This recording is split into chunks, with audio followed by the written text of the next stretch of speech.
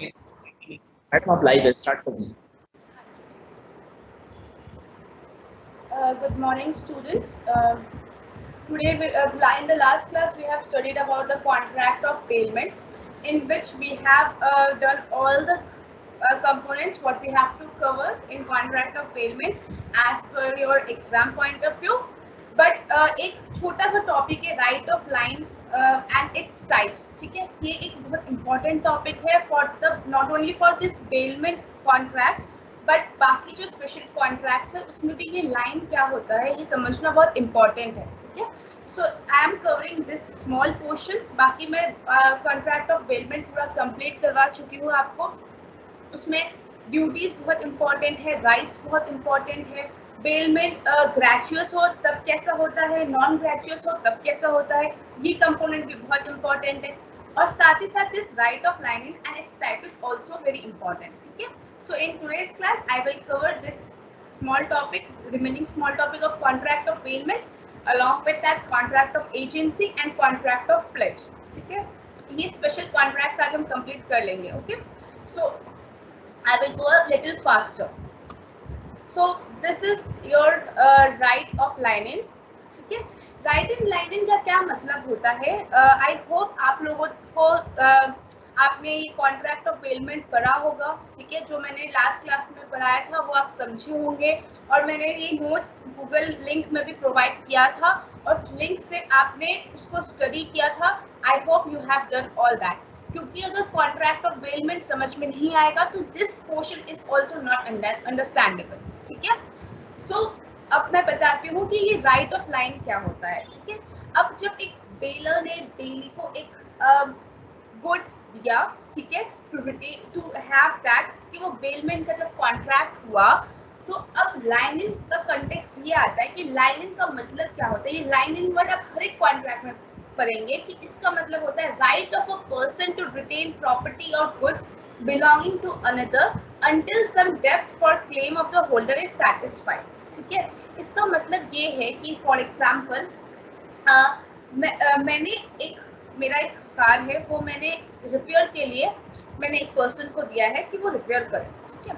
अब उस पर्सन ने वो रिपेयर किया, जो कार की कंपोनेंट्स थे उसको चेंजेस किए, रिपेयरिंग जो भी चार्जेस थे वो इंकर्ड हुए। और जब मैं वो कार की डिलीवरी लेने गई तब मैंने कहा कि मेरे पास आज पैसे नहीं है, मैं 2 दिन बाद दूंगी आपको पैसे, ठीक है।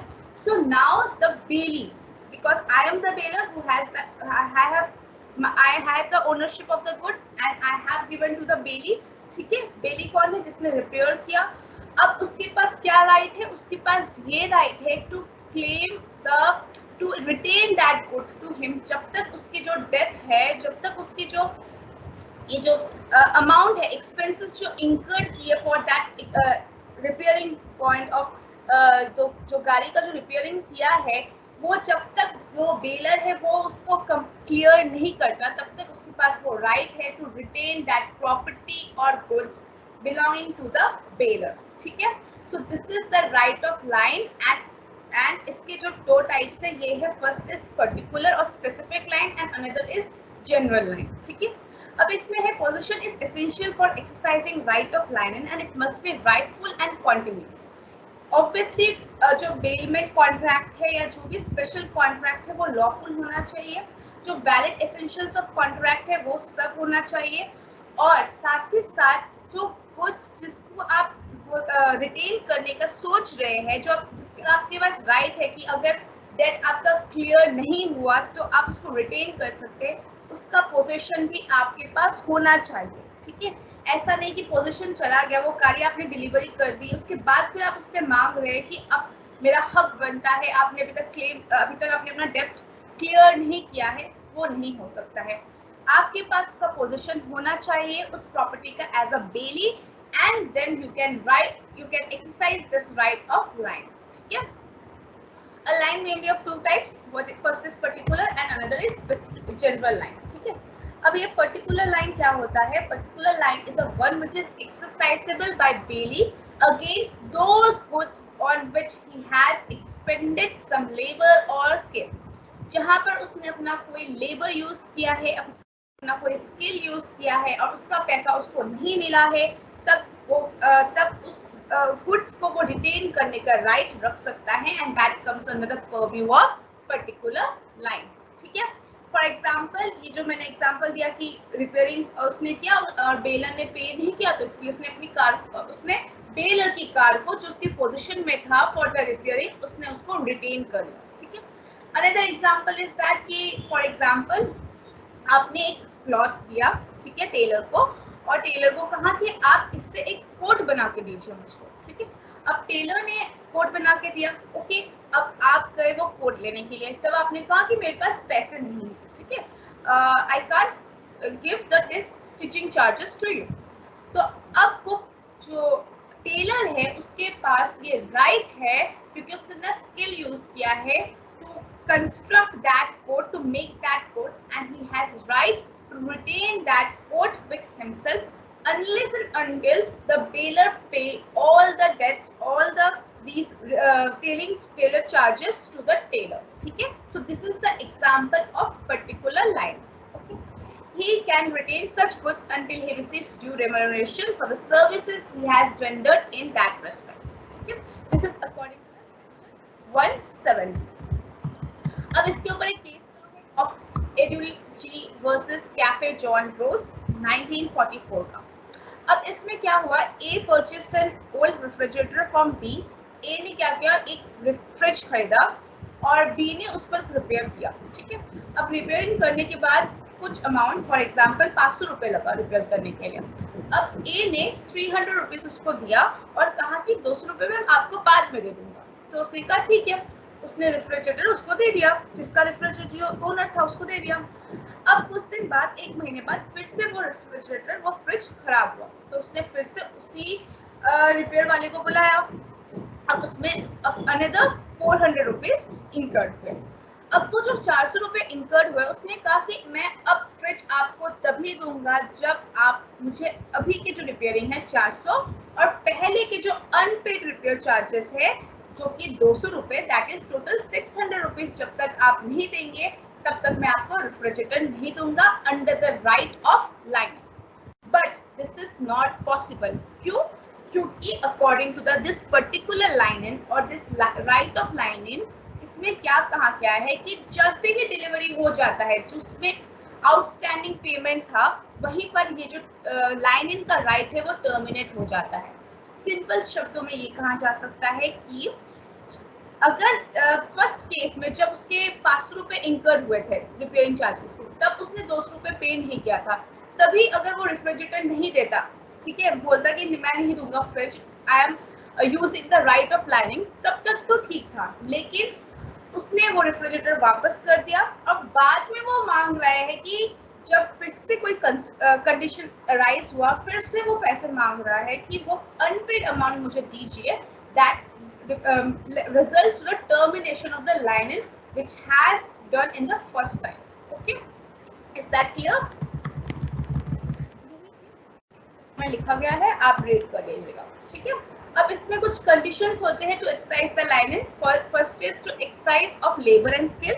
लेबर और स्किल होना चाहिए, ठीक है, जैसे टेलर के केस में उसने अपना स्किल यूज किया टेलिंग करके, ठीक है, और रिपेयर के वो जो रिपेयर वाला केस मैंने बताया, एग्जांपल बताया, उसमें जो मैकेनिक था उसने अपना लेबर लगाया। ठीक है, सो इस लाइन इन के राइट को एक्सरसाइज करने के लिए you have to involve any labour और स्किल। ठीक है, next is performance of services in full.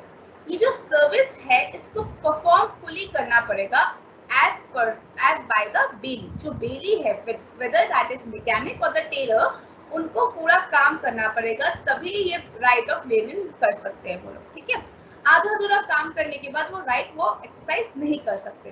For example, वो टेलर आधा कोट बनाने के बाद, मतलब एक बाजू लगाया दूसरा बाजू नहीं लगाया और बहुत सारे भी चीजें बचे हुए मतलब सेमी स्टिच्ड है, तब वो राइट ऑफ लाइन-इन यूज नहीं कर सकता। वो एक्सरसाइज तभी कर सकता है व्हेन द परफॉर्मेंस और the services is fully perform. ठीक है,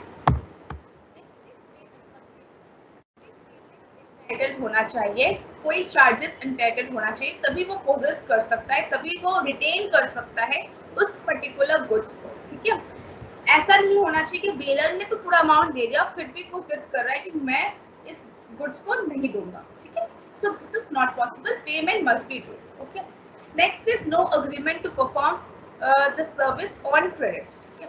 इसका मतलब ये है कि फॉर एग्जांपल मैं ये टेलर वाला केस लेती हूँ, जो एग्जांपल मैंने बताया उसमें मैंने टेलर को बताया कि मैं आपको ये कपड़ा दे रही हूँ, आप इसमें से कोट बना के दीजिए, लेकिन जो कोट है वो मैं 2 दिन बाद आके लूंगा और आपको जो मैं पैसा 1 हफ्ते बाद दूंगा।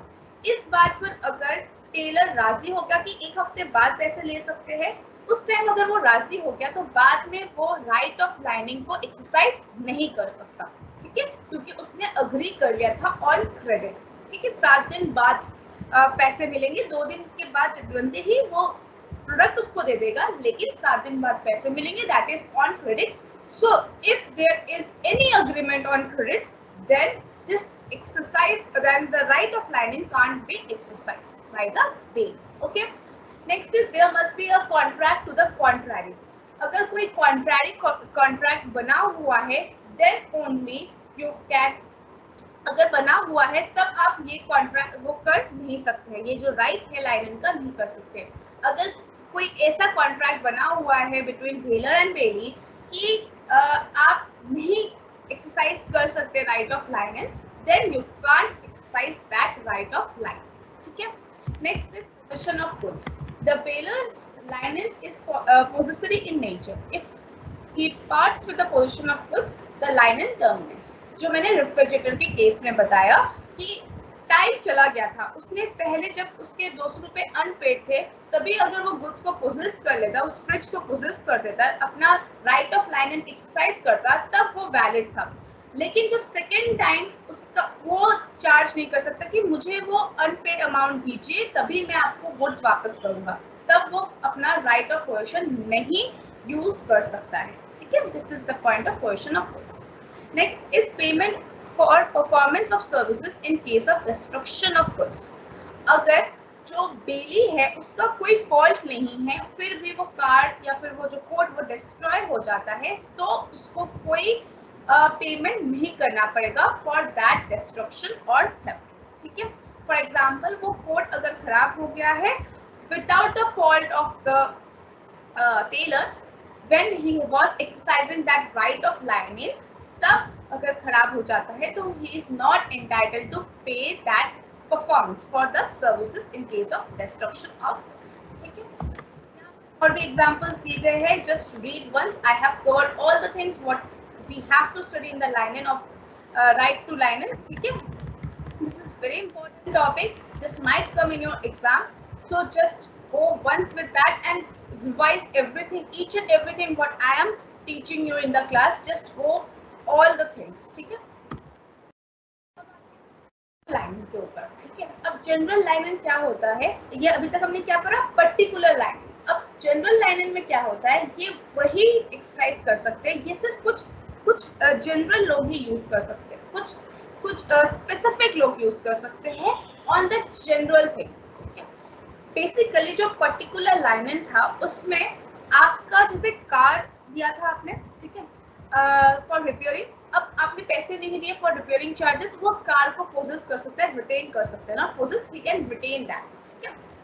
बट उसके अंदर अगर कोई कोड है, डायमंड रिंग है, पेंसिल है, आपका कोई इंपॉर्टेंट डॉक्यूमेंट्स है, उसको वो पोजेस नहीं रिटेन नहीं कर सकता under particular lining. But in general lining all the things जो उससे कनेक्ट नहीं है, ठीक है, यहाँ पर सिर्फ कनेक्शन पर्टिकुलर लाइनिंग में किसमें था, कार के साथ था, वहां पर कोड के साथ था। जनरल लाइनिंग में क्या है कि उसके आसपास के जो सामान है वो भी बेली पोजेस रिटेन कर सकता है, ठीक है। अब ये जनरल लाइनिंग सिर्फ 4 लोग कर सकते हैं। First is banker, second is factors, third is wharfingers and fourth is attorneys of high court and policy brokers. ये 5 लोग ही कर सकते हैं, ठीक है। ये जनरल लाइनिंग का राइट ये सिर्फ 5 लोग एक्सरसाइज कर सकते हैं, कौन कौन, bankers, factors, wharfingers, attorneys of high court and policy brokers, okay. अब ये क्या करते हैं, इसका बेसिकली मैं एक एग्जांपल देती हूँ, एग्जांपल से समझते हैं ना। जैसे आपने किसी बैंक से आपने लोन लिया, ठीक है, फॉर एग्जाम्पल आपने पंजाब नेशनल बैंक से 50,000 रुपीज लोन लिया, ठीक है, और आपके पास और उस बैंक में आपके कुछ शेयर्स के सर्टिफिकेट्स है, साथ ही साथ आपने एक कार भी मॉर्गेज रखा हुआ है, ठीक है। अब जो बैंकर है उसके पास राइट है कि अगर आपने डिफॉल्ट किया, आपने अगर पे नहीं किया, तो वो कार तो रख ही सकते हैं जिसको आपने मॉर्गेज रखा है, साथ ही साथ आपके जो शेयर सर्टिफिकेट्स है, जो आपके शेयर्स है, उसको भी वो रिटेन कर सकते हैं। So what is the perspective of general lining, कि जो मेन ऑब्जेक्टिव है वो तो पोजेस कर ही सकते हैं, वो तो रिटेन कर ही सकते हैं, साथ ही साथ वो उसके रिलेटेड आइटम्स को भी रिटेन कर सकते हैं। कौन रिटेन कर सकते हैं? Bankers, factors, wharfingers, attorneys of high court and policy brokers, ठीक है। So these persons are entitled to retain possession of goods bailed to them as security until their claims are fully satisfied, ठीक है। These are the difference between general line और a particular line, ठीक है। ये दिया गया है क्या होता है particular lien and general lien. I have discussed with the examples. अब इसमें डिफरेंस क्या है, ये यहाँ पर दे दिया गया है। I know you are very well readers, so आप लोग इसको पढ़ सकते हैं, समझ सकते हैं, पूरा कंसेप्ट मैंने समझा दिया है। This is now your responsibility to read and understand that. But if you get any doubts regarding this, you can message me on the chat box और you can message me through Teams app और email afterwards, ठीक है। Let me see any doubts if you have any. Before that, अब ये हमारा contract of bailment हो गया है। In unit 2 we have contract of indemnity, contract of guarantee, contract of bailment, contract of pledge and contract of agency, ठीक है। अब यहाँ पर हमारा कॉन्ट्रैक्ट ऑफ इंडेमनिटी, गारंटी और बेलमेंट पूरा कंप्लीट हो गया है, ईच एंड एवरीथिंग। नाउ एक छोटा सा सब टॉपिक है, दैट इज प्लेज। वो बहुत सारे बुक्स में नहीं अवेलेबल होते हैं, फिर इसलिए मैंने इसके नोट्स बना दिए हैं। ये एक पार्ट है कॉन्ट्रैक्ट ऑफ बेलमेंट का। कॉन्ट्रैक्ट ऑफ बेलमेंट एक वाइडर स्कोप है और कॉन्ट्रैक्ट ऑफ प्लेज उसका एक स्मॉलर पोर्शन, एक नैरो स्कोप है, ठीक है। So we will study about this contract of pledge. Before that, if you have any doubts, just read. I just cleared that.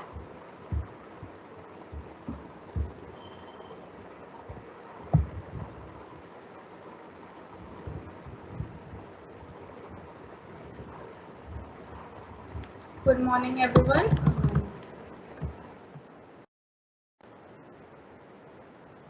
This is the Google Drive link. I have published that. If anyone wants it, can copy paste in the desktop.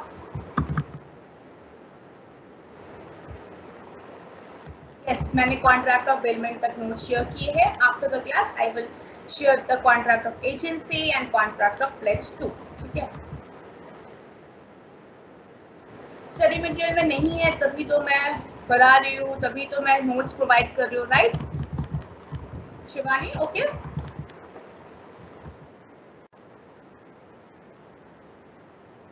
This is unit 2 special contracts.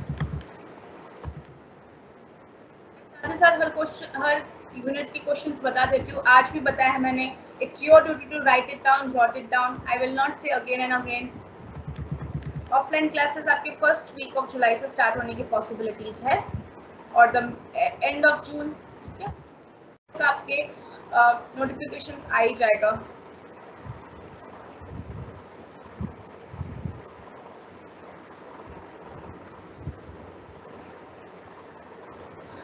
Lavanya is asking कि अगर जो credit पर बात हुई थी, जो credit पर agreement हुआ था और उसके बाद कोर्ट बनने के बाद वो एक्सरसाइज कर रहा है right of lining, that will be not valid, ठीक है। तब अगर उसने क्रेडिट पर बात कर चुका है, बात हो चुकी है, उसके बाद अगर वो एक्सरसाइज कर रहा है अपना right of lining for bailee as a tailor, तो वो right of lining is not valid, तो he can't exercise that right of lining, ठीक है Lavanya?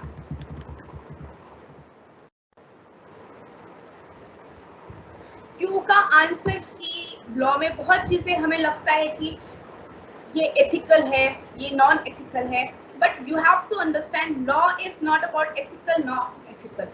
Okay, law is about what the rules and regulations the law has laid upon. ठीक है, उसी rules and regulations को मानना पड़ेगा. अगर कहा गया है कि राइट ऑफ लेनिंग तभी एक्सरसाइज किया जा सकता है, वो आप रिटेन तभी कर सकते हैं गुड्स को जब आपका वो कॉन्ट्रैक्ट चल रहा है. दूसरे कॉन्ट्रैक्ट में आपको प्रीवियस कॉन्ट्रैक्ट के आप राइट नहीं ले सकते. So you have to follow that. ये लावण्या, इज दैट ओके?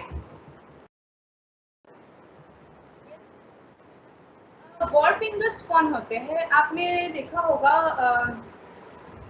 अगर आप सी साइड में गए होंगे तो एक वुडन प्लैंक जैसा बना होता है. ठीक है, जहाँ पर शिप्स को बांधा जाता है, फिर वहां पर खड़े होकर शिप्स में चढ़ते हैं. ठीक है, सो उस पर्टिकुलर पोर्शन के जो ओनर्स होते हैं, those are called wall fingers. ठीक है,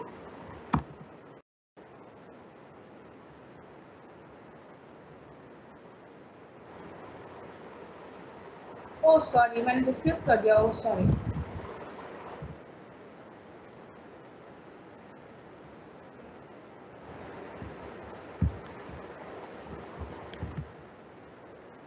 शायद मैंने पब्लिश कर दिया है.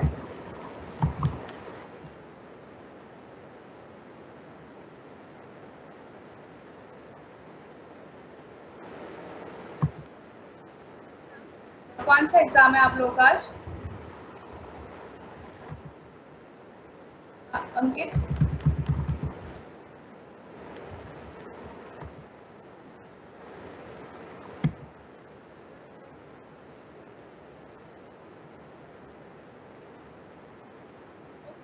तो I have given the Google link, मैंने पब्लिश भी कर दिया है. ठीक है, so now I think so this contract of fulfilment is understandable by all of you and this right of lining is also understandable. ये बहुत इंपॉर्टेंट है. कहीं ना कहीं 2, 3, 4, 5 मार्क्स का छोटा सा पोर्शन एक बड़े क्वेश्चन के बीच में आ जाता है. So don't forget to learn this. ठीक है, okay. Ankit, are you in annual mode और सेमेस्टर मोड?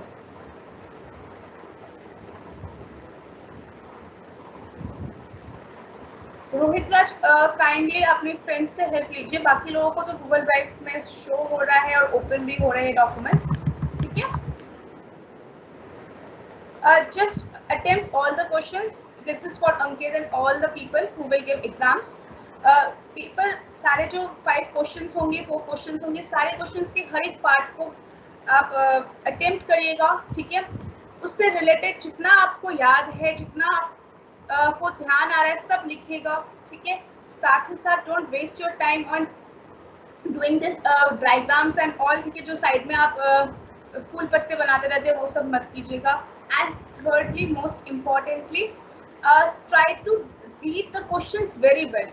क्वेश्चंस क्या होता है और आप कुछ और ही आंसर लिख देते हैं, खासकर लॉ जैसे सब्जेक्ट्स में. तो क्वेश्चंस को अच्छे से पढ़िएगा, टाइम में कंप्लीट करने की कोशिश कीजिएगा. एंड डोंट डू कि फर्स्ट क्वेश्चन में 10 पेजेस भर दिया और फिफ्थ क्वेश्चन में जाकर 2 पेज भी आप नहीं लिख पा रहे हो. ठीक है, so just concentrate on that and all the best. Okay अंकित?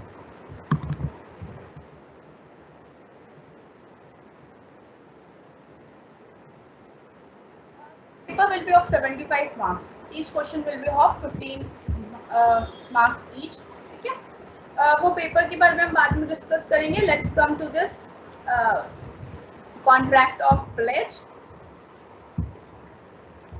सो अब ये क्या है, जैसे मैंने कहा कॉन्ट्रैक्ट ऑफ प्लेज एक कॉन्ट्रैक्ट ऑफ पेमेंट का सब पॉइंट है. ठीक है, एक नैरो स्कोप है.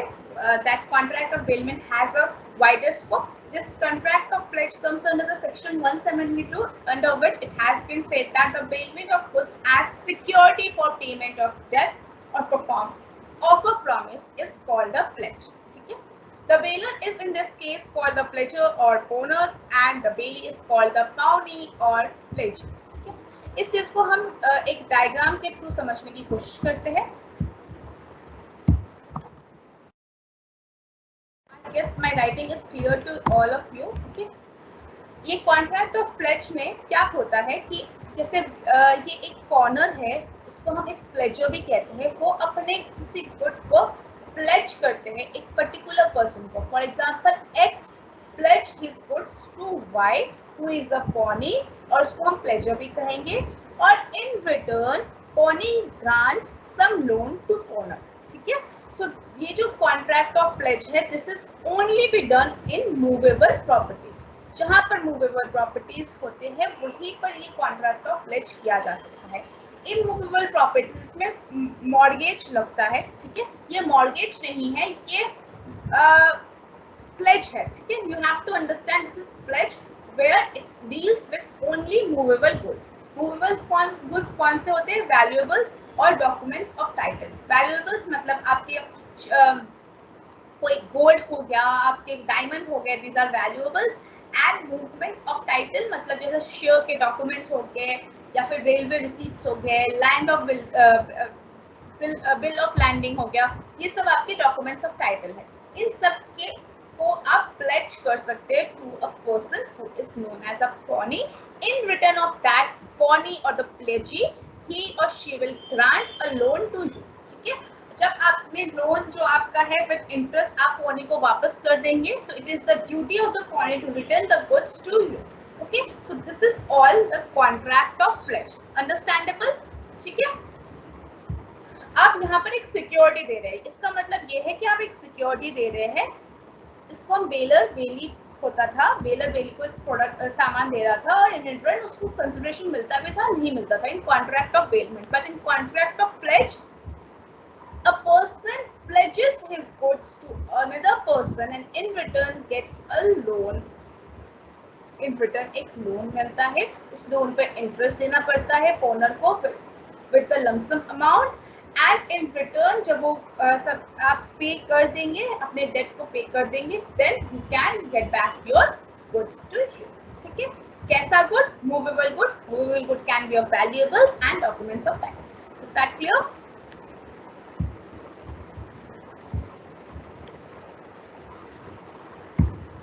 ठीक है, so समझ में आ गया. This all example has been written here. A pledge is a bailment for security. Already I have said bailment का एक narrow concept होता है pledge. So pledge क्या है? एक bailment for security है. If the purpose of bailment is to provide security for the payment of a loan or a performance of a promise, then such a bailment is called pledge. ठीक है? What are the essential features of a valid pledge? Valid pledge कब हो सकता है? जब वो एक movable goods में हो. ठीक है, मूवेबल गुड्स क्या होता है? I have already told you, like valuables, jewellery, shares of companies, documents और गवर्नमेंट सिक्योरिटीज, गवर्नमेंट बॉन्ड्स, ये सब आते हैं किसमें? मूवेबल गुड्स में. और जो प्लेज, कॉन्ट्रैक्ट ऑफ प्लेज है, it only deals with movable goods, not immovable goods. ठीक है. Next is pledge involves judicial position of goods. मतलब आपके पास वो गुड्स का पोजीशन होना चाहिए. जिस गुड्स का पोजीशन ही नहीं है, आप उसको प्लेज कैसे कर सकते हैं? ठीक है, so you should have that position with you. For example, an employee who is in a position of some goods of the employer can not pledge the goods he possesses because he does not have judicial position of the goods. For example, मैं एक for example X is a driver in a vice company. ठीक है, अब driver है, अब वो उस car को चलाने की उसको परमिशन है, बट वो कहीं दूसरे इंसान से, फॉर एग्जाम्पल मुझसे, वो loan on the basis of that car नहीं ले सकता है क्योंकि वो उसकी जुडिशियल पोजीशन में है ही नहीं. That car doesn't belong to that person. जो ये लोन ले रहा है, जो ये प्लेज कर रहा है, उसकी पोजीशन में नहीं है. So this is why it has been said that one of the essential feature of valid pledge is that it should involve a judicial possession of the goods. ठीक है. This pledge involves transfer of possession. Transfer of possession होना बहुत जरूरी है. मतलब एक corner से pawnee के पास जा रहा है, मतलब प्लेजर से प्लेजी के पास जा रहा है. ठीक है. What we have seen in this जो मैंने डायग्राम बनाया है, ये कॉर्नर से pawnee के पास जा रहा है, प्लेजर से प्लेजी के पास जा रहा है, एक ट्रांजैक्शन हो रहा है. ठीक है. Then only this contract of pledge will come into force. Okay. Just give me a second.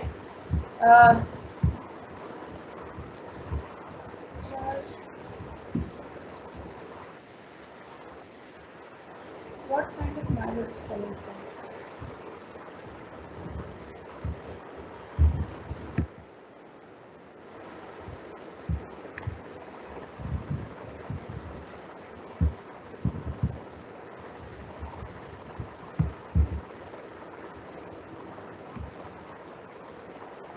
Sorry for the interruption.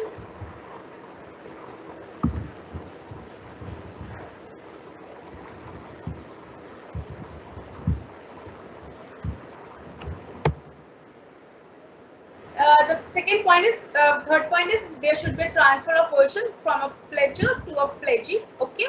Next is pledge can be only be of a sellable commodity. जो चीज आप बेच सकते हैं उसी चीज पर आप प्लेज कर सकते हैं. ठीक है. फॉर एग्जाम्पल आपने एक ऐसा कोई सामान दे दिया जिसको आप बेचकर कोई अमाउंट ले ही नहीं सकता है जो प्लेजी है, then that cannot be come under the contract of pledge. Okay, so this is an essential feature of a contract of pledge. The main reason for this is that if the pawner is not able to clear his debt, the pawner can recover the amount to a loan by selling the goods that have been pledged to him. Okay? इस example में हमने देखा क्या कि पॉनर ने pony को अपना goods दिया, लेकिन और इन रिटर्न क्या मिला, लोन मिला. लेकिन आफ्टर सम टाइम जो एक स्टिपुलेटेड टाइम दिया गया है in that contract of pledge कि कितने साल बाद या कितने दिन बाद आप ये लोन वापस करेंगे विद द इंटरेस्ट रेट, तब तक उन्होंने अगर वापस नहीं किया, किसने वापस नहीं किया, पॉनर ने अगर वापस नहीं किया, तो pawnee has all the right to sell this good जो कि प्लेज किया गया था और उस अमाउंट को अपने पास रख सकता है अगर एक्सेस अमाउंट हुआ. ठीक है. फॉर एग्जाम्पल 5 लाख रुपए उसको उसने लोन दिया था और जो इंटरेस्ट मिलाकर आता है 5,10,000 रुपए आता है. ठीक है. और जो उसने गुड सेल किया वो 7 लाख रुपीज का आया, जो एक्सेस में 1,90,000 रुपीज है. The pawnee has the duty to give back to the pawnor. ठीक है. और अगर 5,10,000 से कम आया, फॉर एग्जाम्पल 4,90,000 आया after selling the goods, if there is a default by the pawnor, then the pawnor have the duty, ये जो pawnor है इसकी ड्यूटी है कि रिमेनिंग 20,000 रुपए वो पॉनी को दे. ठीक है. So this is all about contract of pledge. इसी में सारे आपके ड्यूटीज राइट्स सब कुछ यही लिखा हुआ है कि एक सेलेबल कमोडिटी होना चाहिए. साथ ही साथ जो प्लेज है उसमें गुड्स का रिटर्न होना चाहिए. अगर वो जो आपका कॉन्ट्रैक्ट है वो फिनिश हो जाता है, मतलब जो पॉनर है उसने अपना जो उसका प्लेज था, मतलब उसका जो टाइम लिमिट था उसके अंदर उसने अपना डेट क्लियर कर लिया है, then he has all the right to get back the goods. ठीक है, जो कि मैंने अभी बताया.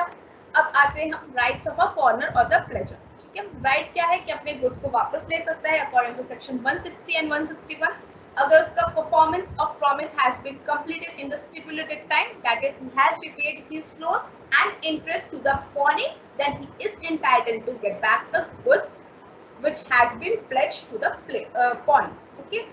Next right क्या है, right to increase value or profit. For example उसने अपने जो pledger है उसने pledgee को shares का certificate दिया. That is a movable property. और शेयर्स के प्राइस इंक्रीज हो गए, सो उसमें जो प्रॉफिट होगा या जो इंटरेस्ट होगा जो इंक्रीज हुआ है in the goods of the pawnor which has been pledged to the pawnee, the pawnee has the right to get that increased value of the profit out of the good which he has pledged to the pawnee. Okay. Next is right to compensation. अगर for example जो pawnor है उसने अपने horse को pony को दिया, ठीक है, एज अ प्लेज. ओके. अब उसमें जो हॉर्स है उसकी तबीयत खराब होगी क्योंकि उसने देखभाल नहीं किया, वो डैमेज हो गया, डिटोरिएट हो गया, तो the pawnor has right to claim compensation for such damages और loss. Okay. Next is in case of sale, जो कि मैंने सेल वाला एग्जांपल दिया था कि अगर सेल 7 लाख रुपीस का किया, ठीक है, अगर डिफॉल्ट हुआ 7 लाख रुपीस का सेल किया किसने, पॉनी ने, और उसको मिलना कितना था, बस 5,10,000 रुपए, तो रिमेनिंग 1,90,000 रुपए वो वापस किसको करेगा, पॉनर को. ठीक है, मतलब प्लेजर. ठीक है. So this is the right to get the profit in case of sale. Another is preservation and maintenance of the goods. It means that आप क्या जो हॉर्स आपने रखा था या फिर जो भी सामान आपने प्लेज में रखा था, ठीक है, वो आपको प्रिजर्व करना है, मेंटेन करना है. ठीक है. The pawnor has a right to see that the pawnee like freely preserves the goods pledged and properly maintains them. जो पॉनर है उसके पास ये राइट है कि वो पॉनी को जाकर देखे कि वो उसके गुड्स का सही देखभाल कर रहा है कि नहीं, प्रिजर्व कर रहा है कि नहीं, मेंटेन कर रहा है कि नहीं. ठीक है. राइट्स ऑफ द पॉनी और द प्लेजी, प्लेजर और पॉनी का क्या राइट है, रिटेन कर सकते हैं अपनी वो जो गुड्स उसको प्लेज किया गया है बाय द पॉनर उसको रिटेन कर सकते हैं under section 173. Next is the right to retainer for the subsequent advance. For example जो पॉनर है उसने 5 लाख रुपए लिया था और इंटरेस्ट बन के 5 लाख 10 होता है, फिर वो फिर से आया और उसने बोला कि मुझे और 1 लाख रुपए चाहिए. ठीक है, तो वो और 1 लाख रुपए वो जो दे रहा है ना, that now it's 6,10,000. This 6,10,000 is on that already pledged goods. So जो पॉनी है उसके पास वो राइट है to retain for the subsequent advances. Now if there is a default, the pony has right कि वो सेल करके अगर 7 लाख रुपए आ रहा है तो 6,10,000 अपने पास रखे और बाकी 90,000 उसको वापस करे. क्यों? जो एडवांसेस लिए है, सब्सिक्वेंट जो आपने अमाउंट फिर से लोन ले रहे हो वो सब कुछ आप रिकवर कर सकते हैं from the pawnor. This right to extraordinary expenses. अगर कोई एक्स्ट्राऑर्डिनरी एक्सपेंसेस इंकर्ड हो रहे हैं, फॉर एग्जांपल अगर जो पॉनर है उसने एक हॉर्स को प्लेज किया है टू द पॉनी. अब उस हॉर्स को मेंटेन रखने के लिए उसको खाना देना पड़ेगा, उसको मेडिकल एक्सपेंसेस देने पड़ेंगे, उसको धुलाना, उसको नहाना धुलाना, बादिंग सब करवाना पड़ेगा. सो ये जो एक्स्ट्राऑर्डिनरी एक्सपेंसेस है ये भी रिकवर करना है कहाँ, उसको पॉनी को from the pawnor. This right he has that right to extraordinary expenses. ठीक है.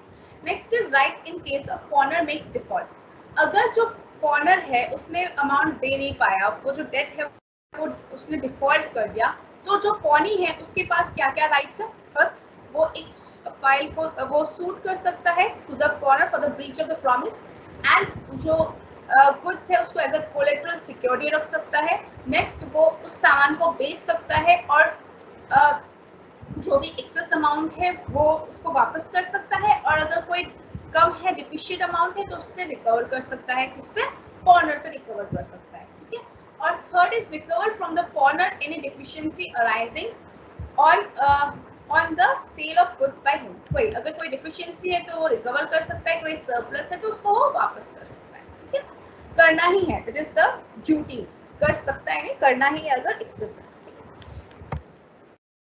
comes the duties of pawner. ठीक है, duties भी almost same है just like the rights.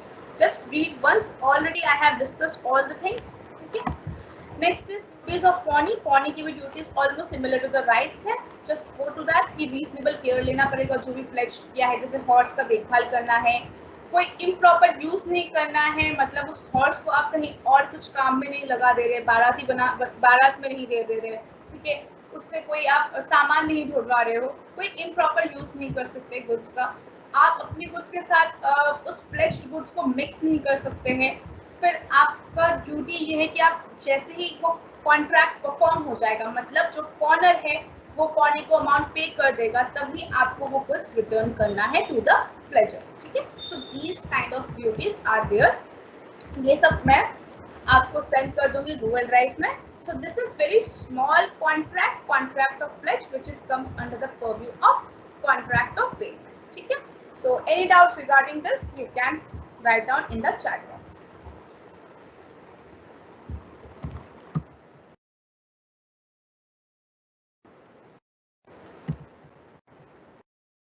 Open होगा Sumit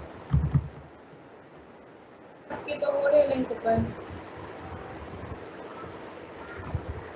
Shivani, you can't say कितने पेजेस में लिखे हैं. ठीक है. आंसर, सबके राइटिंग स्टाइल अलग है, सबके याद करने की कैपेसिटी अलग है, सबके समझने की कैपेसिटी अलग है.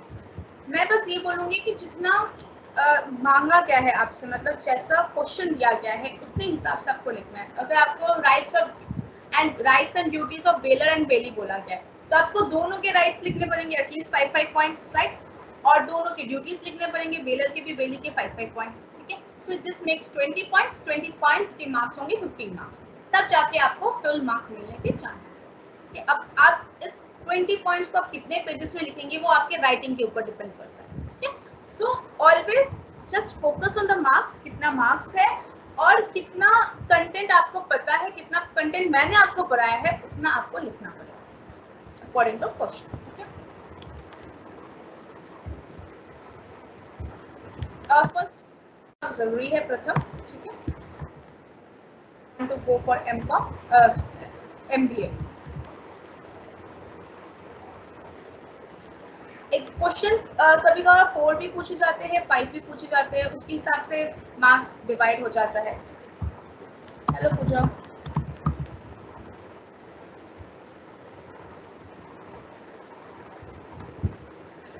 Someone has asked that if the pawnbroker returns some amount and promises to return the rest in future, still pawnbroker has the right to sell। यहाँ पर है कि अब पॉनी क्या चाहता है, ठीक है, अब वो एक न्यू कॉन्ट्रैक्ट क्रिएट कर रहा है कि नहीं, क्योंकि अब उसने क्या किया, प्रॉमिस टू रिटर्न, ठीक है, तो यहाँ पर भी कॉन्ट्रैक्ट क्रिएट हो रहा है। सो अब अगर वो माना पॉनी कि जो प्रीवियस स्टिपुलेटेड टाइम है उसके अंडर आपने दिया नहीं, तो अब उसके पास है राइट टू सेल। लेकिन अगर वो मान गया कि ठीक है मैं और 6 महीने तुमको मोहलत दे रहा हूँ, न्यू कॉन्ट्रैक्ट बन गया है, so now the this contract can again come into the existence, तब उसके पास राइट नहीं होगा, तब उसके मतलब जो ऑप्शन है वो पॉनी के पास है कि स्टिपुलेटेड टाइम में हो गया है तो ऑब्वियसली उसको वापस करना पड़ेगा गुड्स, स्टिपुलेटेड टाइम में नहीं हुआ है तो वो सेल कर सकता है। और अगर पॉनर ने आकर उसको बोला कि थोड़ा और मोहलत दे दीजिए, तब भी वो पॉनी के ऊपर है कि वो हाँ बोलेगा कि ना। अगर उसने हाँ बोला कि थोड़ा और टाइम दे दीजिए, तब वो सेल नहीं कर सकता है। अगर उसने ना बोला तो ऑब्वियसली ही कैन सेल, और सेल करने के बाद भी अगर एक्सेस में हुआ अमाउंट तो obviously have to return to the pawnee, जो एक्सेस अमाउंट है पॉनर एक्सेस अमाउंट पॉनर को रिटर्न करना पड़ेगा, और डेफिशिएट अमाउंट है तो पॉनर को पॉनी को देना पड़ेगा, ठीक है, जो excess deficient amount. Okay, is that writing is anonymous, please write your name in the comment box. उसके बाद आप अपने क्वेश्चंस पूछिए, ठीक है। सो एक क्लैरिटी हो जाता है कौन पूछता है, इसका क्वेश्चन कितना अच्छा है, बहुत क्वेश्चंस अच्छे क्वेश्चंस आते हैं तो एक क्लैरिटी मिल जाता है कि who is writing and who is asking the doubt. तो जो एनोनिमस कर रहा है that person should write his name and then doubt question, okay? So I have not formed any group, neither in your Telegram group or not in your WhatsApp group। मुझसे contact करने के लिए obviously you can have my email ID के through मुझे contact कर सकते हैं, या फिर आप टीम्स ऐप के थ्रू कांटेक्ट कर सकते हैं, ठीक है। राइट टू इंक्रीज वैल्यू और प्रॉफिट का मतलब ये है कि जैसे पॉनर ने पॉनी को एक फॉर एग्जाम्पल शेयर सर्टिफिकेट दिया, ठीक है, एज अ प्लेज, ठीक है। अब in the mean time companies के शेयर के प्राइस इंक्रीज हो गए, ठीक है, तो उसमें कोई प्रॉफिट भी इंक्रीज हो गया। तो अब जो पॉनर है उसके पास राइट है to claim that increase value और इंक्रीज प्रॉफिट। जो इंक्रीज प्रॉफिट होगा, फॉर एग्जाम्पल पहले 15 रुपए था पर शेयर, अब वो 20 रुपए हो गया शेयर, तो वो 5 रुपए का शेयर, वो अमाउंट जो इंक्रीज हुआ है वो किसका हक है उस पर? उसका हक है पॉनर पर, जिसने ये गुड प्लेज किया, जो मूवेबल प्रॉपर्टी है, जो शेयर सर्टिफिकेट है जिसने प्लेज किया, वो उसके पास राइट है to claim that increase value और profit in that stipulated contract. उसके बाद वो टाइम पीरियड में, ठीक है, फॉर एग्जाम्पल 1 साल के लिए था वो जो कॉन्ट्रैक्ट ऑफ प्लेज है, अब वो 1 साल खत्म हो गया है, ठीक है, उसके बाद अगर इंक्रीज इन वैल्यू और प्रॉफिट है तब उसका राइट नहीं है, तब वो पॉनी का राइट है, क्योंकि पॉनी के पास हो गया। Pooja, I have sent. Nikita, is that clear? Pooja, I have sent the link. जो भी मैंने Google Drive के लिंक पब्लिश कर दिया है, just go through that. प्लेजी को पॉनी कहते हैं अनुराग, ठीक है, under the contract of pledge.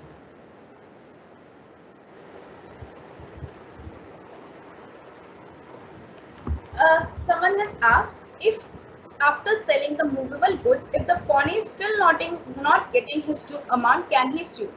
जैसे मैंने कहा, जैसे 5,10,000 रुपए ड्यू था, अब उसने जो मूवेबल प्रॉपर्टी सेल किया उससे उसको सिर्फ 4,50,000 रुपीज ही मिला। Okay, now it is the duty of the duty of the pawnor to give the pawnor the excess amount, वो जो 60,000 डेफिशिएट हो रहा है वो अमाउंट पॉनर को देने की उसकी ड्यूटी बनती है, उसकी लायबिलिटी बनती है, ठीक है। अगर उसने वो नहीं दिया, then obviously pawnee has right to sue the pawnor for that 60,000, ठीक है। Contract of pledge is important, एक बार ड्यूटीज एंड वो पढ़ लीजिए, ठीक है, एक बार पढ़ के समझ लेने से कोई प्रॉब्लम नहीं होता है, ठीक है।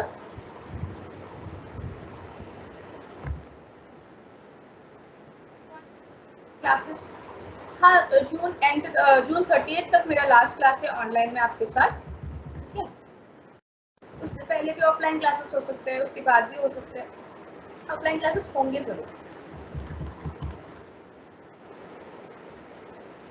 I have already discussed this rights of Baylor and Bailey against third party last class में, तो just go through that. In fact उसमें भी है, अगर फिर भी समझ में नहीं आ रहा किसी पर्टिकुलर पॉइंट में then मेल में।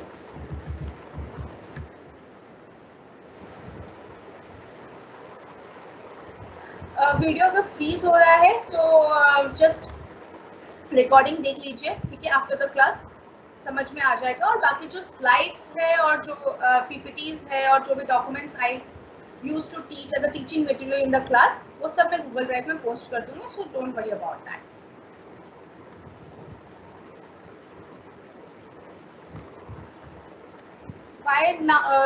अनुराग क्लासेस तो शो होने चाहिए, आज की क्लास भी शो हुआ है, बाकी 30 जून तक भी क्लासेस शो हो रहे हैं एसओएल के वेबसाइट पर, ठीक है। क्लासेस तो as per the calendar that is Monday and Thursday at 11:30 classes will be show in your calendar, ठीक है, और ये ऑनलाइन क्लासेस वाले सेक्शन में, ठीक है।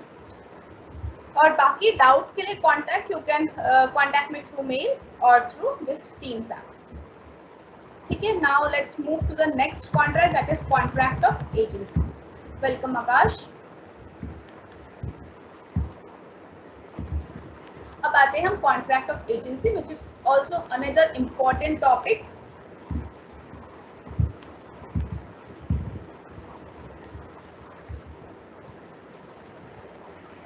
अब ये क्या है, due to the complexities of modern business have given rise to the development of the concept of agency।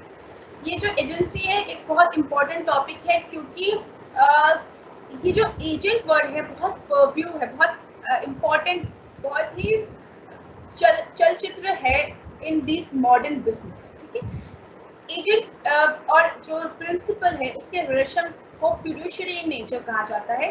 Fiduciary मतलब लीगल, मतलब जिसका एक लीगल बाइंडिंग है, that relationship is between principal and agent. Simply मैं आपको मैं एग्जांपल समझा देती हूँ क्या है, then the concept will be crystal clear. Book से आप डायरेक्टली पढ़ेंगे तो आपको उतना समझ में नहीं आएगा may be, but let me explain you through the example. क्या होता है, एक प्रिंसिपल होता है, एजेंट होता है और थर्ड पार्टी होता है in this contract of agents. Principal देखो, हर एक इंसान या तो खुद काम कर सकता है या किसी और से काम करवा सकता है, राइट। आप खुद असाइनमेंट कर सकते हैं या किसी और से असाइनमेंट करवा सकते हैं, right, which is obviously not good, किसी और से आप करवा रहे हैं। बट आप कोई भी काम हो, for example selling of a car, ठीक है, आप अपना कार खुद जाकर बेच सकते हो या फिर आप किसी और को अपॉइंट कर सकते हो, किसी और को बोल सकते हो कि वो कार आप बेच दीजिए मेरा, ठीक है। सो वो जो किसी और से करा रहे हो, वो कौन, वो जो कोई किसी और है वो कौन है, एजेंट, ठीक है। That person is called as agent, ठीक है।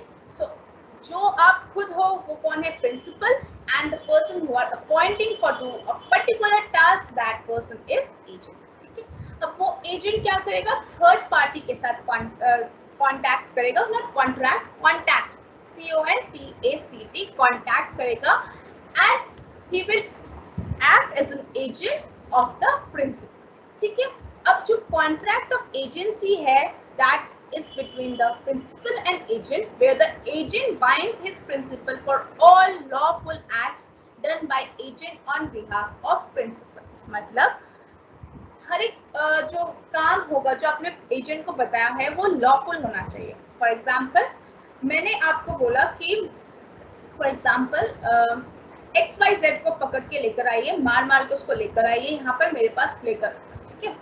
So I have appointed you as an agent, but is that activity lawful? No, that is not lawful, okay. So I can appoint you as an agent and on the same ground वो contract of agency तभी create होगा जब वहां पर कोई lawful act होने के लिए मैंने आपको एज अ एजेंट अपॉइंट किया है या फिर मैंने एज अ एजेंट आपको रखा है, ठीक है। So agent binds his principal for all lawful acts done by agent on behalf of principal. और ये जो एजेंट है वो सारे काम किसके बिहाफ पे कर रहा है, प्रिंसिपल के बिहाफ में कर रहा है। अगर वो कार सेल कर रहा है प्रिंसिपल का, तो फिर वो किसके लिए कर रहा है? प्रिंसिपल के लिए कर रहा है, टू द थर्ड पार्टी। ठीक है, so this is the concept of contract of agency. अब यहाँ पर दो बातें आती है। फर्स्ट है, जो आप एजेंट जो अपॉइंट कर रहे हैं, रख रहे हैं, आप वो विद कंसिडरेशन कर सकते हैं या विदाउट कंसिडरेशन कर सकते हैं। इसका मतलब ये है कि जैसे मैंने आपको एजेंट रखा फॉर सेलिंग माय कार, अब मैं आपको कुछ अमाउंट पे भी कर सकती हूँ या फिर आप मुझे कुछ अमाउंट पे कर सकते हैं और बोल सकते हैं मुझे एजेंट रख लीजिए। मुझे आपने 1 लाख रुपए दिया और कहा कि मुझे आप अपना एजेंट रख लीजिए। This is also a valid contract of agency. ठीक है, और फॉर एग्जाम्पल आपने सिर्फ मुझसे विनती की कि मुझे आप अपना एजेंट रख लीजिए, तब भी विदाउट एनी कंसिडरेशन, तब भी वो एक वैलिड कॉन्ट्रैक्ट ऑफ एजेंसी है। ठीक है, this is the concept. Another point is that जो प्रिंसिपल है, ठीक है, वो जरूरी है कि वो कॉम्पिटेंट पर्सन होना चाहिए। क्यों? क्योंकि वो जो सामान बेच रहा है एजेंट थर्ड पार्टी को, वो बेसिकली ओनर कौन है? प्रिंसिपल ही ओनर है। तो यहाँ पर भी एक ट्राइपैरेट कॉन्ट्रैक्ट बन रहा है। So principal should be competent person. Competent person कौन होते हैं? जो कि माइनर नहीं होते, जो कि लॉ की तरफ, लॉ से उनको खारिज नहीं किया गया होता है, और थर्ड वो एक साउंड पर्सन होते हैं। ये सब मैं ऑलरेडी कॉन्ट्रैक्ट में पढ़ा चुकी हूँ, Indian contract act, competency of a person. ठीक है, सो वहां पर आपको पता है कॉम्पिटेंट पर्सन कौन है। तो प्रिंसिपल को हमेशा एक कॉम्पिटेंट पर्सन ही होना पड़ेगा in order to create a contract of agency. ठीक है, नेक्स्ट इज जो एजेंट है वो मेजर भी हो सकता है और माइनर भी हो सकता है। मेजर कौन होता है, माइनर कौन को होता है? I have already discuss minor below 18 years and major above 18 years. ठीक है, फॉर एग्जाम्पल माइनर कैसे हो सकता है? फॉर एग्जाम्पल मैं एक प्रिंसिपल हूँ, मैं एक कॉम्पिटेंट पर्सन हूँ because I am sound minded and above 18 years. अब मैं अपने सोसाइटी में, मुझे एक बच्चा मिलता है, मैंने उसको बोला ही इज बिलो 18 ईयर्स कि प्लीज मेरा ये जो वॉच है वो सेल कर दीजिए। ठीक है, सेल कर दो। ठीक है, और जो भी अमाउंट होगा, ठीक है, उसका 10% मैं तुमको दूंगा एज अ कमीशन। अब वो बच्चा बहुत खुश हो गया। ठीक है, अब मैं वो बेचूंगा। अब वो गया एक अंकल के पास, उस अंकल को उसने बेच दिया और उस अंकल ने उसको 500 रुपीज दिए। अब वो वापस आया, आकर वो अमाउंट उसने 50 रुपीज अपने जेब में रखे। 500 का 10% कितना होता है? 50 अपने जेब में रखे, 450 प्रिंसिपल को दे दिया। सो यहाँ पर भी एक valid contract of agency create हुआ है। दो minor is a agent, but एक valid contract of agency create हो रहा है। बट अब वो जो वॉच है वो प्रिंसिपल थर्ड पार्टी से जाकर रिकवर नहीं कर सकता है। वो अमाउंट देकर उस वॉच को रिकवर नहीं कर सकते कि वॉच वापस कर ले, दे दे और ये 5 रुपए रख ले। वो ऐसा नहीं कर सकता प्रिंसिपल। क्यों? माइनर ने ऐसे बिहेव किया कि वो प्रिंसिपल का ही एजेंट है। So he done agent binds his principal for all lawful acts done by agent. उसने बाइंड कर दिया on behalf of the principal. This is the concept of contract of agency. ठीक है, अब एक और पॉइंट आता है यहाँ पर माइनर का कि फॉर एग्जांपल मैंने उस बच्चे को कहा था कि जो मेरा वॉच है वो 2000 रुपीज से कम बेचना मत। ठीक है, अब उसने क्या किया, हाँ, जब उसको दूसरा इंसान मिला, उसने बोला कि मैं तुझे 1000 रुपए दूंगा। तो उसने सोचा कि ठीक है 1000 रुपए ही सही। फिर 1000 रुपए का 10% 100 रुपीज, उसने 100 रुपीज रखा और 900 रुपीज उसने जाकर मुझको दे दिया। ठीक है, अब मुझे आया गुस्सा। मैंने कहा कि अरे मैं तो आपको बोला था 2000 रुपए का देने के लिए। अब मैं उसको लाइबल नहीं ठहरा सकता, इसको माइनर को, क्योंकि वो माइनर है। अब मैं अपने agent which is a minor, उसको मैं लाइबल नहीं कर सकता हूँ फॉर द रिमेनिंग 1100। ठीक है, फॉर द रिमेनिंग 1000 रुपीज। उसने कम में बेचा, बट वो 1000 रुपए मैं उससे रिकवर नहीं कर सकता, ना ही मैं थर्ड पार्टी से रिकवर कर सकता हूँ। ठीक है, तो अगर माइनर कुछ भी गलती करता है, वो गलती करे या कोई भी एक्ट करे, वो प्रिंसिपल की ही रेस्पॉन्सिबिलिटी है। ठीक है, so this is all about contract of agency. Let's move to the main definition. This contract of agencies is contained in Chapter 10 under Section 182 to 238 of Indian Contract Act 1872.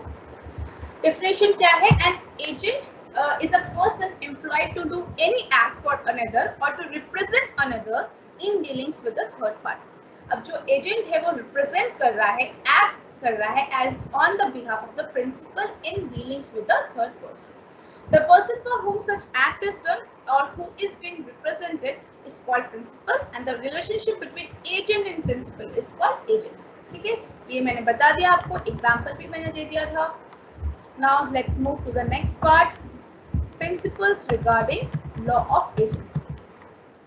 दो principles है. सबसे पहला कि whatever person can do personally, he can get it done through an agent. जो चीज हम खुद कर सकते हैं वो हम एक एजेंट से भी करवा सकते हैं. नेक्स्ट इज कि just give me a second, charger connect कर दूं.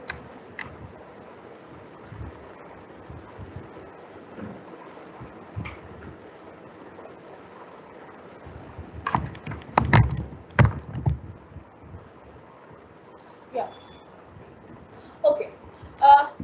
Next principle is he who does an act through another does it by himself. In other words, this means the act of an agent are considered to be acts of the principal. जो भी agent कर रहा है on the behalf of the principal, वो principal का act ही माना जाएगा. अगर जो एजेंट है वो कार जो प्रिंसिपल ने बोला है बेचने के लिए, तो जो थर्ड पार्टी को बेच रहा है वो प्रिंसिपल को के बिहाफ, वो सोचेगा कि जो ओनर है वो प्रिंसिपल ही है, एजेंट नहीं है. Agent is acting just on the behalf of the principal. Okay? So this is all the principles regarding the agent's law of agency. Next is essential features of a contract of agency. First, ये एक agreement है between principal and agent, which we have discussed. Competency of principal, जो मैंने बताया कि वो जो principal है वो he should be competent in order to create this contract of agency. Agent होना जरूरी नहीं है, वो माइनर भी हो सकता है, मेजर भी हो सकता है. माइनर होने से क्या होगा, मेजर होने से क्या होगा बताया मैंने. माइनर होने से there is a greater responsibility to the principal towards the third party, right. Next, relationship. In agency relationship, agent brings his principal into a contractual relationship with the third parties.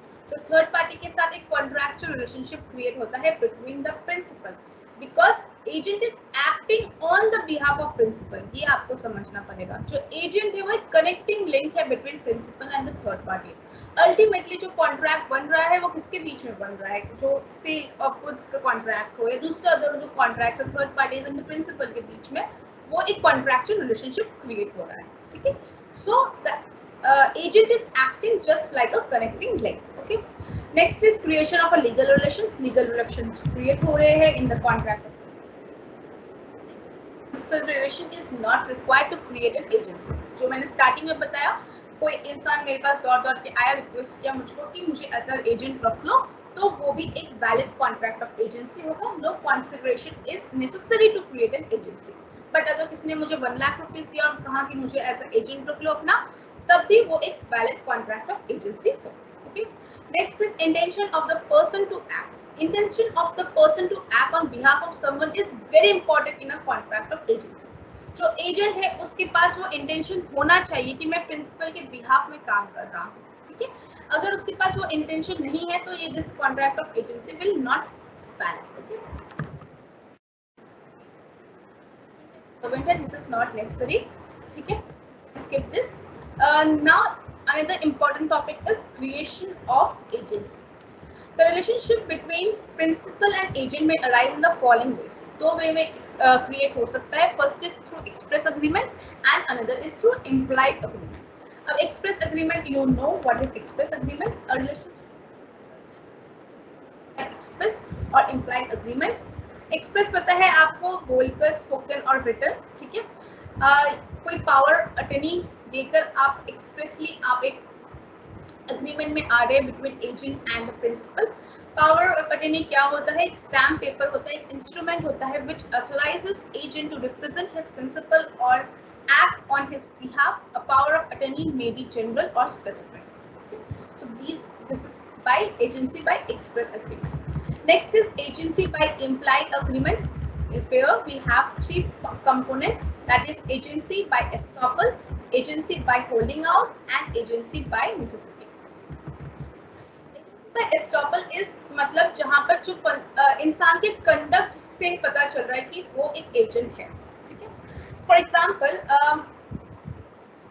मैं एक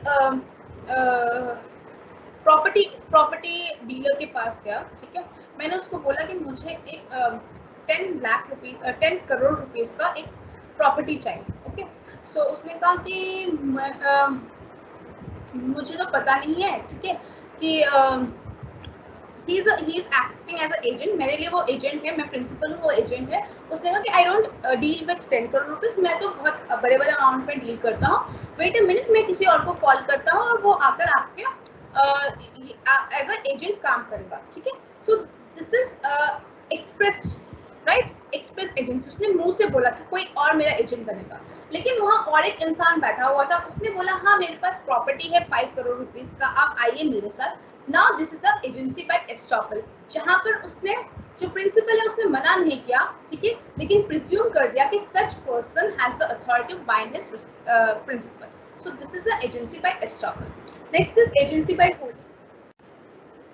is a type of agency by estoppel. Estoppel का ही type है जहां पर there is a prior positive और affirmative act on the part of the principal establishes the agency relationship, ठीक है। मतलब यहाँ पर जो प्रिंसिपल है वो पैसिव है, ठीक है, वो एक्टिव नहीं है। उसने बोल दिया ओके, प्रायर पॉजिटिव और अफर्मेटिव एक्ट दे दिया on the part of the principal, ठीक है। This is agency by holding out. Agency by necessity, अगर कोई नेसेसिटी अराइज होता है, कोई इमरजेंसी अराइज होता है, in that case also this is a agency by necessity, where the agent, जैसे कोई नेचुरल कैलामिटी आ गया, ठीक है, और प्रिंसिपल ने एजेंट को बताया है कि आप मेरे गुड्स को ऐसे ऐसे ठीक इतने गुड्स को बेचेंगे, ऐसे इस प्रोसीजर के साथ गुड्स को आप मेंटेन करेंगे, ठीक है। बट इमरजेंसी के कारण या कोई कैलामिटी के कारण वो जो एजेंट है वो प्रिंसिपल को कम्युनिकेट नहीं कर पा रहा था कि अभी हमें प्रोसीजर चेंज करना पड़ेगा। इन that case agency can be created by necessity, ठीक है। So this is the types of agency, this is employed agency. Once you will able to understand each and everything, agency by necessity arises from relation of between husband and wife. Very clear, आप एक बार पढ़ लेंगे आपको समझ में आ जाएगा क्या है, ठीक है।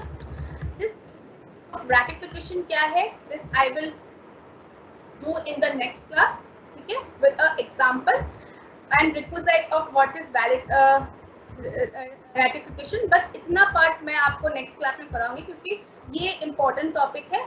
इसके अलावा आई होप आप सारे बाकी रिमेनिंग पॉइंट्स पढ़ लेंगे और उसमें से अगर आपको कोई डाउट आएगा आप नेक्स्ट क्लास में in the first 15 minutes I will do this ratification वाला पॉइंट, ठीक है। उसमें अगर आप बाकी पॉइंट्स में आपको कहीं प्रॉब्लम आ रहा है then you will ask me, I will explain that, ठीक है। But it is your duty to read all the points in the this contract of agency, okay? Almost a delegation of authority, this is important, this you can read। सब agent क्या होता है ये एक बार आप read करेंगे तो आपको बहुत क्लैरिटी हो जाएगा, लेकिन अगर प्रॉब्लम होगा तो नेक्स्ट क्लास में you will ask. Already 12:40, so I have to wrap up the class here. Just go through once. I will give this PPT in the Google Classroom. Any doubts till now, just message me.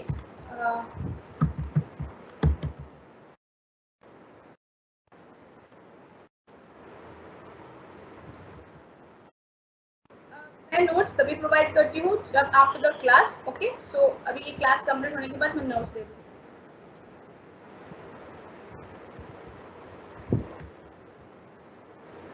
It depends on the question setter, ठीक है। तब तो Covid का time था तो इसीलिए अच्छा before Covid era, अभी उस टाइम सिलेबस अलग था, इस टाइम सिलेबस अलग था, तो सेटर के ऊपर डिपेंड करता है। अदरवाइज जो यूनिट 1 है उसमें से 1.5 क्वेश्चंस आएंगे, ठीक है। यूनिट 2 से हाफ क्वेश्चन आता है, दैट इज 7 to 8 मार्क्स का क्वेश्चन, एंड बाकी रिमेनिंग पार्ट से आपके 15 मार्क्स ईच क्वेश्चन तो आएगा ही आगे। Unit 3, 4, 5 carries equal marks, first और सेकेंड दोनों मिलाकर 30 मार्क्स का होता है, ठीक है। अब डिपेंड करता है, 22 मार्क्स यूनिट 1 में दे देते हैं, 7-8 मार्क्स यूनिट 2 के लिए हो जाता है। सो ये 1 and 2 is comes under the same, क्योंकि इंडियन कॉन्ट्रैक्ट्स एक्ट ही चल रहा है। जो यूनिट 2 है वो स्पेशल कॉन्ट्रैक्ट है, तो part of Indian contract act है। पर्सनल मैसेजेस आप अनुराग पर्सनल मैसेजेस कर दीजिए टीम्स ऐप में.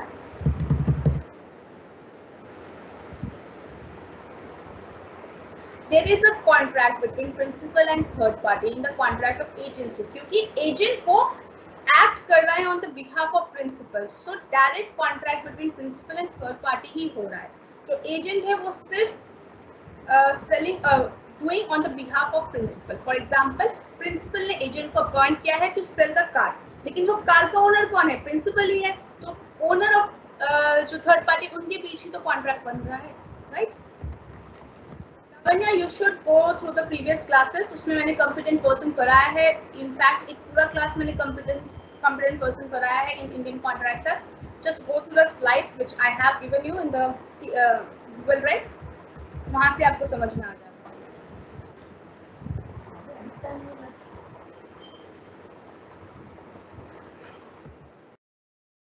Chetan ma'am, what if the same mistake is done by the major agent?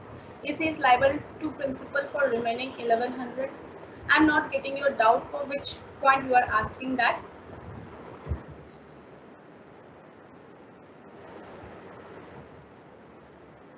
Contract of pledge is important, just go through once. बाकी जो right of linen है that is very important, जो मैंने contract of bailment कराया है, so just revise that portion. और ये जो contract of agency है ये भी आप अपनी तरफ से कर लीजिए, otherwise बाकी units complete मैं टाइम पर नहीं कर पा रहा हूँ, ठीक है? सो रैटिफिकेशन वाला पॉइंट वो और सब एजेंट वाला point through example I will give you, otherwise the whole special contract act is complete. Yes, I will share today only by the evening, so that आप next class में doubts जो भी इस agency से है वो पूछ. Thank you everyone. That's all for today. We are meeting on Thursday from 11:30 to 12:30. Okay. That's all for today. Thank you. And please do study. Thank you.